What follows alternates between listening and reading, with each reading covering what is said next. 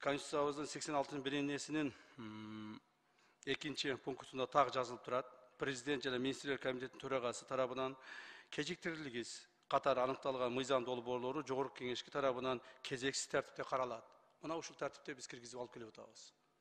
Калган коомдук талкуунун мыйзамын беренелерин жана башкаларды келтирип, монтип адамдардын башы айландырбаш керек. Эгер кимдик бирөөсү бүгүнкү маалымат уккусу келбесе, же бүгүнкү маалыматты элге, коомчулукка толук жеткенден корко турган болсо, это другой вопрос.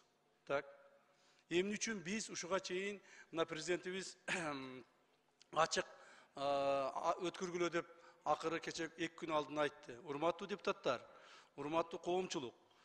Мунун эң негизги маселеси ошол биз жасап келген келишимдердин, Өзбекстан менен түзүлгөн келишим долбоорлорунун, коюлган протоколдордун бир чекелерин, кайсыл бир өздөрүнө керектүү жерлерин кыркып алып, элге туура эмес маалыматтарды берип, элди эптеп көтөрүп, каршы чыгартып, ушуларды өткөрбөгөнгө гана аракет болгон аракет.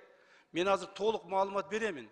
Бул протоколдор эмне экенин, биздин мамлекетибиз, Кыргызстаныбыз ушул биз койгон протоколдордун утуп атабы, утулуп атабы, кайсыл жерден бизге пайдалуу, кайсыл жерден зыян экендигин толук маалымат беремин. Бирок ошол маалыматтардын бардыгын, урматтуу коомчулук, урматтуу журналисттер, сиздер биздин суранганыбыз боюнча, мына коомдук биздин ишмерлер отурат, агаларыбыз, эжелерибиз бардыгыңыздар отурасыздар, депутаттар.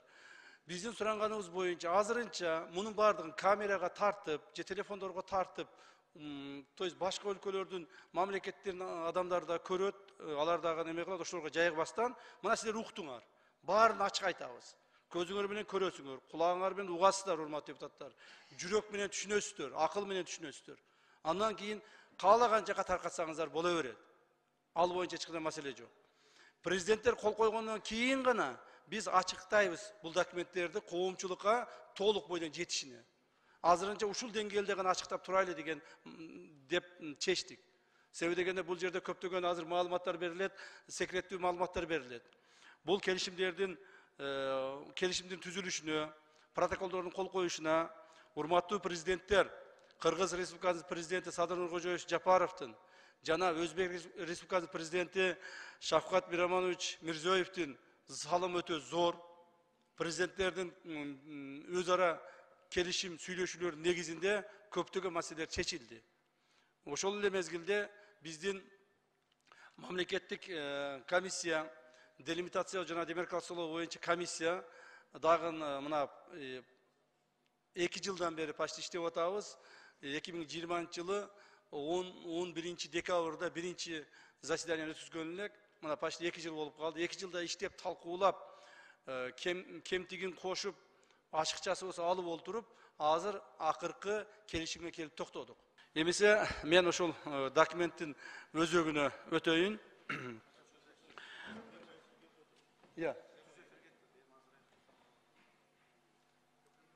Өчүрбөйсүңүзбү? Өчүрүлөт да, конечно. Мен сүйлөй баштаганда эле өчүрүш керек эле балдар, мейли эми. Ошондой болсо дагы айтып коеюн. Урматтуу депутаттар, урматтуу коомчулук, биз азыр жана башында айткандай, процедурный боюнча, Камчыбек Кырышевич.